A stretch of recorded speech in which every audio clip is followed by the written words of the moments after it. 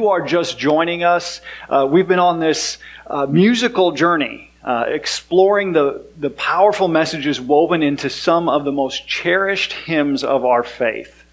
Music has always played a significant role in the way that we express ourselves as human beings. It's just from the very earliest days of humanity, people have used music to express their deepest emotions of their hearts and the greatest truths of their souls.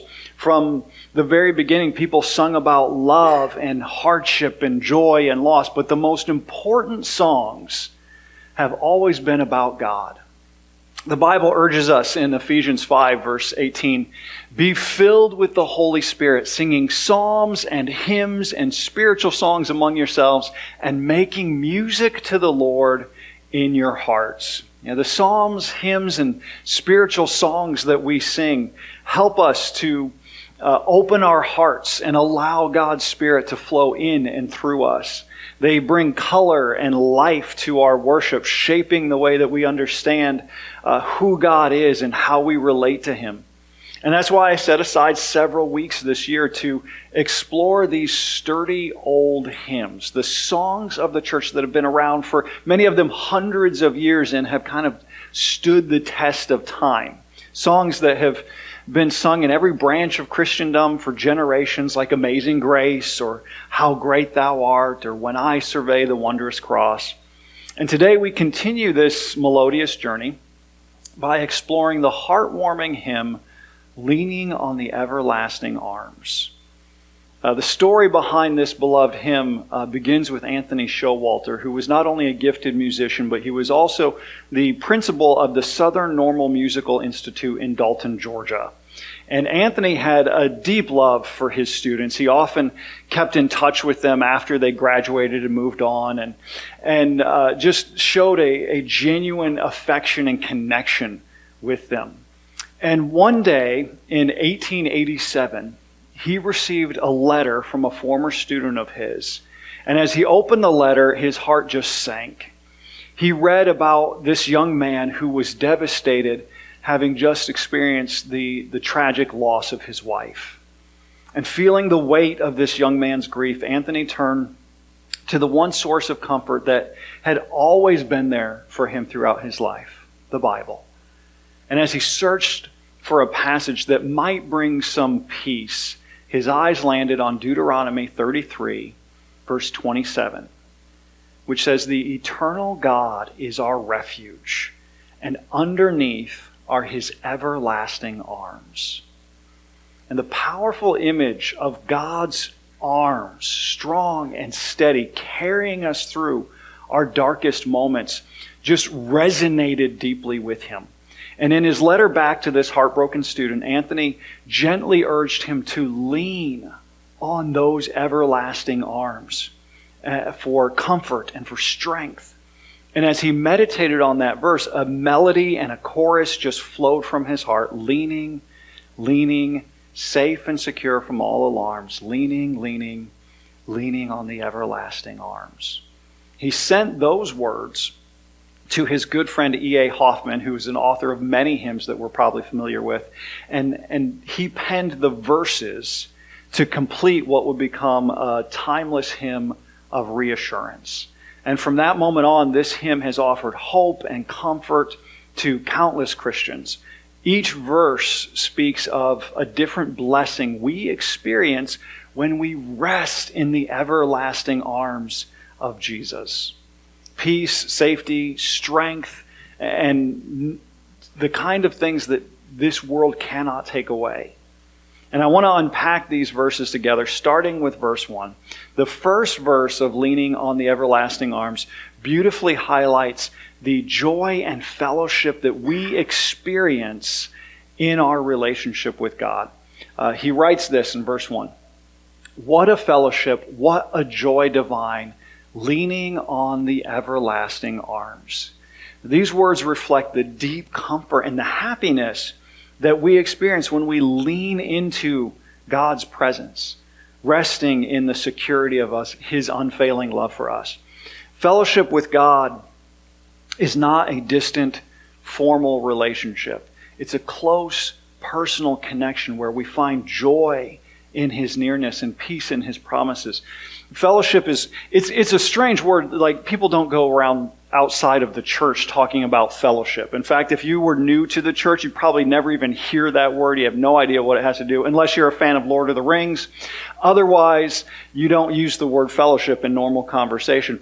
But all it means is like friendship, connection, relationship. That's what fellowship is all about. It's about this shared connection that we have. And if you think about our fellowship within the church, we often think of spending time with each other, sharing our lives together, being present for the people that we care about. And in the same way, our fellowship with God is about being in his presence, knowing that we are never alone. As the scriptures say in Psalm 16, verse 11, "You will show me the way of life, granting me the joy of your presence and the pleasures of living with you forever." The joy, that the kind that lifts our spirits and sustains our hearts, comes from our fellowship with God. It's a joy that isn't dependent upon our circumstances, but it's rooted in the unchanging character of God. And from that joy and that fellowship, we also experience the second part of this verse. Same verse, but the next line, E.A. Hoffman writes this: "What a blessedness, what a peace is mine, leaning on the everlasting arms." This blessed peace is something the world can't offer us and can't take away from us. Jesus himself promised it. This is John 14, verse 27. He said, "I am leaving you with a gift, peace of mind and heart. And the peace I give is a gift the world cannot give. So don't be troubled or afraid."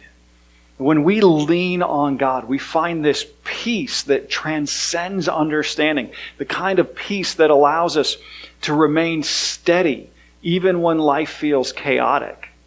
And Paul explains and elaborates on this peace in Philippians chapter 4. He says, "Don't worry about anything.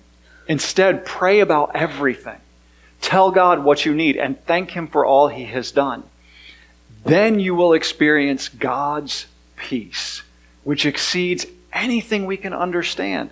His peace will guard your hearts and minds as you live in Christ Jesus."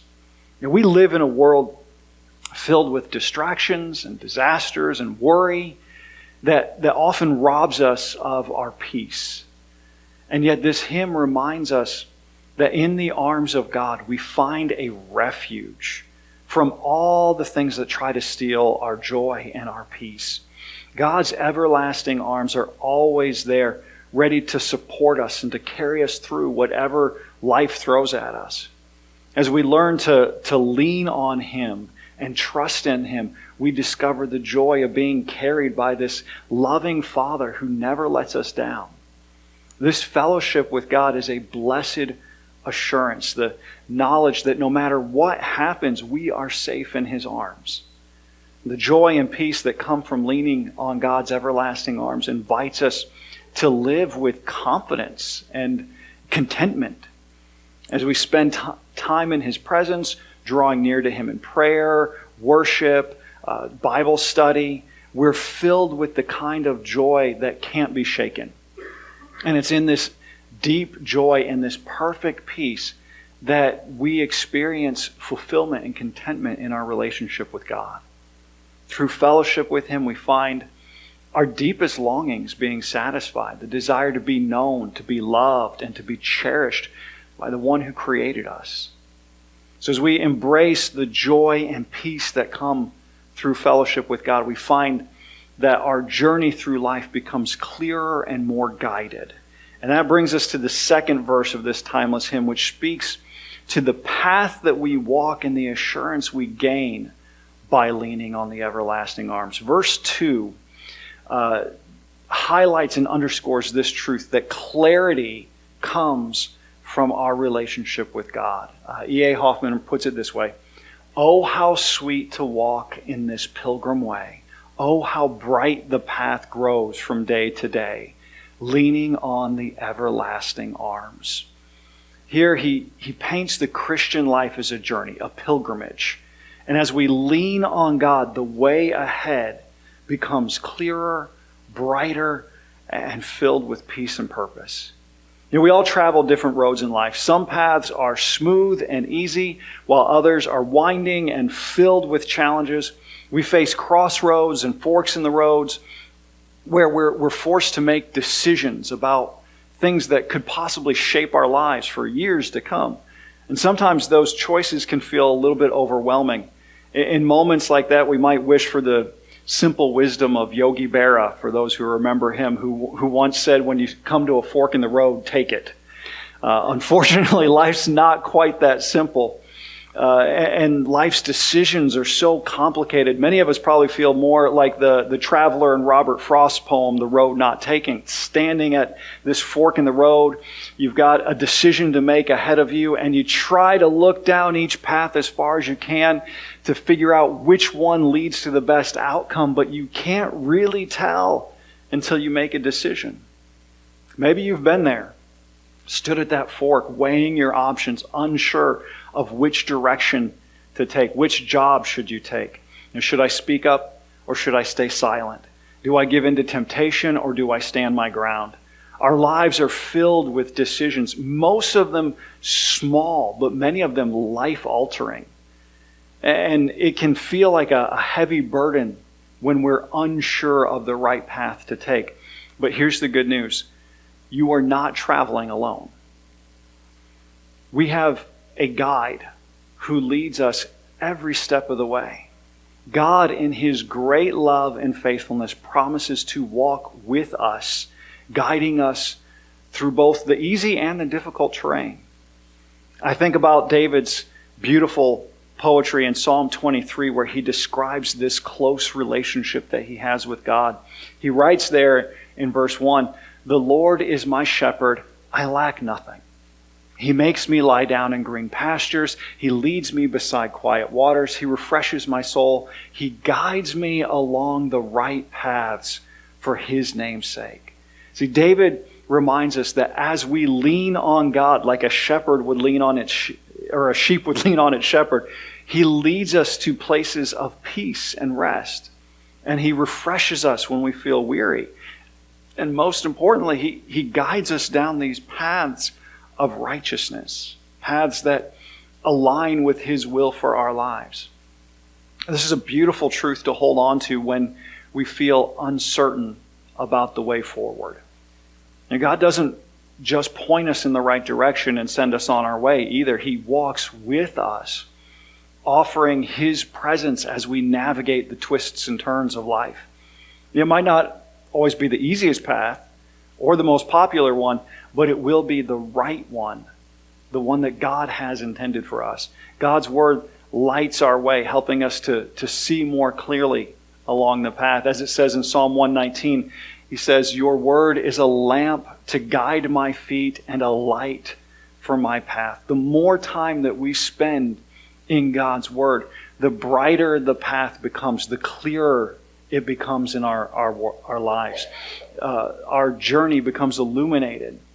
And with His guidance, we can make decisions that honor Him and trust that we're headed in the right direction.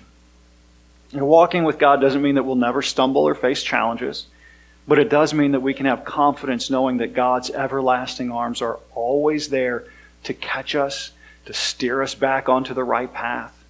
Christianity isn't about perfection. There's only one of us that was ever perfect. Christianity is about direction. It's about following in the footsteps of Jesus. And as we lean on Him, He lovingly directs our steps. And we can walk through life with the sweet assurance that we're on the right path. The path of peace and joy and love and righteousness. Walking with God gives us clarity and peace. But life still throws challenges our way. So what do we do when fear and uncertainty rise up? Well, the last verse of leaning on the everlasting arms assures us of the courage that we can have when we fully trust in God. Verse 3 of this hymn, the third verse, or rather the first verse again reminds us of the joy and the peace that we can experience. through our relationship with God. The second one paints God as a guide leading us through life's journeys. And then the third verse drives home the courage and the confidence that we can have as we lean on the everlasting arms of God. Again, Elijah Hoffman writes this: "What have I to dread? What have I to fear?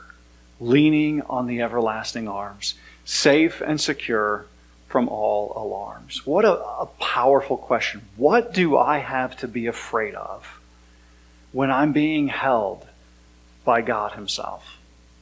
When you know the everlasting arms of the Almighty are wrapped around you, the fears that once overwhelmed you begin to fade. So let me ask, what's your worst fear? I mean, this is like Halloween season. It's the season of fear and scariness. You know, we go see scary movies because we enjoy being scared sometimes. You know, there's ghosts and goblins and decorations and stuff like that. Maybe your fears are kind of surface level, like you're terrified of spiders. I know all the girls in my house are. They scream and come get me every time they see one. You know, maybe you're afraid of heights, or maybe you're afraid of flying, or maybe your fears run a little bit deeper than that. You have a fear of rejection or a fear of failure. Maybe you've got a fear of public embarrassment or a fear of financial insecurity. Maybe it's the fear of being alone or unloved or never finding your purpose in life. Life can throw so many worries our way that it's easy to get overwhelmed and anxious and frozen by fear. But this hymn challenges us to ask, what have I to dread when I'm leaning on Jesus? I'll never forget the lesson I learned several years ago when our daughter Sarah, and I did run this by her, so I don't owe her ice cream for this story. But many years ago when Sarah was just 2 years old, it was actually the very first time we came to visit Blooming Grove. So like 14 years ago plus, and we were staying at the Best, I think it would be that direction, right? Staying at the Best Western. It was a Best Western back then. Then it became the Magnuson. Then I don't know what it is now. But that way outside of Carlinville, the hotel that used to be there. And the kids were super excited because they had a pool. And so Josh is like 4, and Sarah was 2. Abby was just an infant, and Ellie wasn't even a thought yet. But we got out there, and they got in the pool, and they thought it was the coolest thing, you know. And Sarah was having a blast. She loved being in the water. She was just floating around on this little inner tube thing, and it was great until she slipped off. And she fell into the water. And like in an instant, I was literally throwing Joshua into the shallow end so that I could dive over and grab Sarah.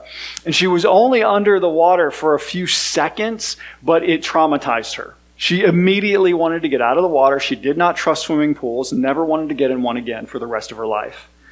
And it was, you know, this fear lasted for a while. But, you know, that was early in the year. Few months go by, summer rolls around, and I'm like, she's got to get over this fear of swimming. So we went to another pool, and I got into the shallow end, and it took a lot of coaxing and a lot of time, but I stood there about waist deep in the water, stretched out my arms, and I said, "Don't be afraid, I've got you." And I had to stand and wait for quite a while. But eventually, she took that leap of faith. She reached out, she jumped into my arms, and she's been fearless ever since. And this experience painted a picture for me of what God does for us. Right? Just as I stretched out my arms to my child to encourage her to trust and not be afraid, our Heavenly Father stretches out His everlasting arms and says, "Don't be afraid." Fear can paralyze us, keeping us at the edge of life's pool, too scared to take the plunge. But God stands there ready to catch us, promising His presence and His protection. Over and over throughout Scripture, God tells us not to be afraid. And He said in Deuteronomy, God reassured the Israelites, chapter 31, verse 6, "Do not be afraid or terrified, for the Lord your God goes with you. He will never leave you nor forsake you." And as Joshua prepared to enter into the promised land and lead the armies of Israel, God isolated Joshua in chapter 1, and he tells him, be strong and courageous. Do not be afraid. Do not be discouraged, for the Lord your God will be with you wherever you go. And this same message is repeated over and over throughout the Old Testament to God's people and to the prophets. And we get to the New Testament, and this is Jesus' favorite command. More than anything else, more than any other command Jesus ever gave, his favorite one was, do not be afraid. Fear not, don't be afraid, take heart, have courage. Those words leave his mouth more than any other command or instruction. He knows how fear can rob us of joy and keep us from the life that he has prepared for us. But he also knows that his presence, his everlasting arms can give us the courage to leap into the unknown and fill us with confidence that he'll catch us. And just like Sarah eventually trusted me and took that leap of faith, God wants each of us to trust him in the same way. He wants us to jump into his arms, knowing that we are safe and secure from all alarms. When we lean on Jesus, we can face life's uncertainties with courage, knowing that nothing, not fear, not danger, not even death, can shake his loving grasp. So let's sing with confidence, safe and secure from all alarms. And as we reflect on the message of leaning on the everlasting arms, we see these three profound truths that shape our walk with Christ. First, we experience the joy and the peace that comes from fellowship with God. His presence is our greatest comfort, especially in times of need. Second, as we lean on him, he lights the path and he guides us through every twist and turn of life. And then finally, when fear paralyzes us, we can rest in the assurance that God's arms are always there to catch us, to give us courage and strength to face the unknown. No matter what challenges you're facing, remember that you are not walking this journey alone. God's everlasting arms are underneath you, holding you safe and secure. So lean on him, trust his guidance, take comfort in his presence. And as you continue to lean on Jesus, we sing with confidence and joy, leaning on Jesus, leaning on Jesus, leaning on the everlasting arms. Next week, we'll conclude this series with what I think is probably the greatest hymn ever written, It Is Well With My Soul. But for now, maybe you've been thinking about surrendering your life to Jesus. Maybe you're still on the edge of the pool, hesitant to take that leap. I want to encourage you, don't wait any longer. The Father's arms are outstretched, ready to catch you and to lead you through life. Take that step today. Experience the peace, the strength, the joy that comes from leaning on Jesus. And if you're ready to make that decision, I invite you to come forward while we stand and sing this song together. Let's sing, church.